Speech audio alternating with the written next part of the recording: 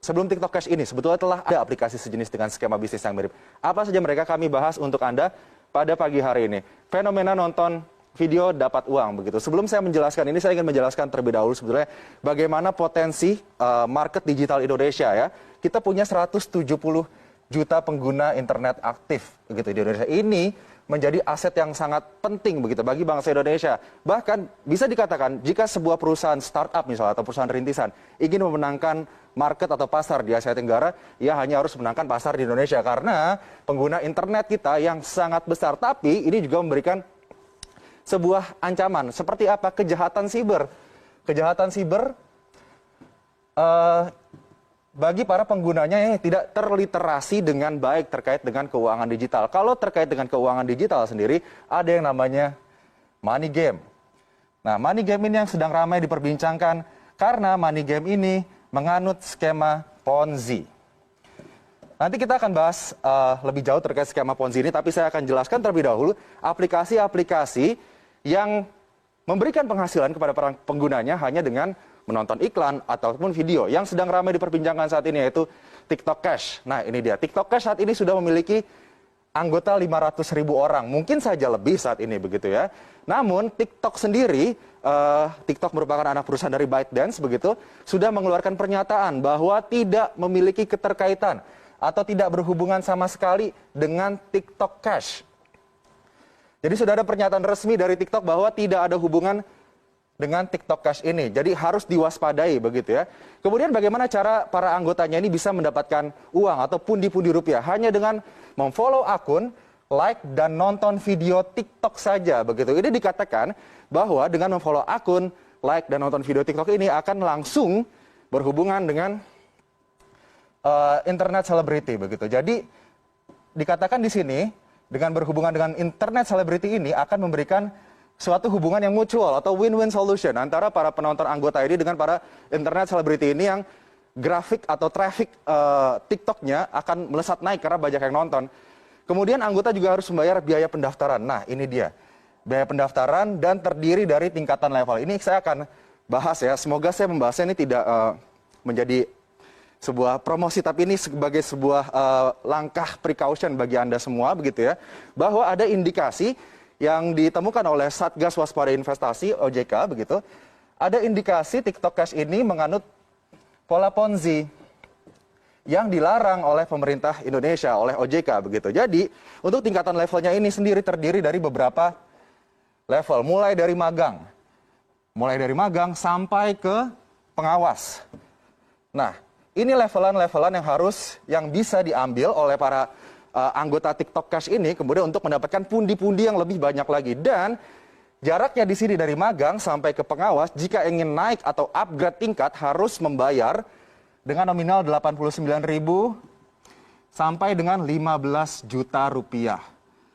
Nah, nanti kita akan bahas terkait dengan penambahan biaya untuk upgrade ini karena terindikasi Ponzi oleh Satgas Waspada Investasi OJK. Saat ini masih terus diselidiki oleh OJK terkait dengan TikTok Cash ini. Karena kalau nantinya terbukti melakukan skema Ponzi ini pasti akan merugikan para anggotanya yang sudah menginvestasikan uang cukup besar begitu untuk TikTok Cash. Sebelum TikTok Cash sebetulnya sudah ada aplikasi serupa begitu yang menerapkan skema ini dan sudah dinyatakan dilarang atau ilegal ya. OJK sudah menyatakan bahwa VTube ini adalah aplikasi yang ilegal atau dilarang untuk ditransaksikan atau digunakan di Indonesia. Ternyata VTube ini sudah di-download lebih dari 10 juta kali di Play Store. Kemudian dia juga sistemnya untuk mendapatkan uang adalah memberikan poin penghasilan bagi anggota. Kemudian diperbolehkan transaksi jual beli poin antara anggota. Mendapatkan referral poin jika berhasil membawa anggota baru. Jadi kalau misalnya Anda berhasil skemanya seperti member get member gitu ya. Jika Anda membawa member baru kepada VTube ini, Anda akan mendapatkan poin. Dan kemudian poin itu nanti akan bisa dirupiahkan ataupun nanti dirupiahkan. Karena satu koin VTube ini senilai $1 atau sekitar 14.000 rupiah begitu ya. Dan kemudian ini daftarnya gratis, harus perpanjang, mau hasil lebih Anda harus upgrade. Dan ini sudah lagi-lagi dilarang atau ilegal, dinyatakan ilegal oleh otoritas jasa keuangan. Kemudian ada juga yang baru saja ditemukan oleh OJK, yaitu Vito.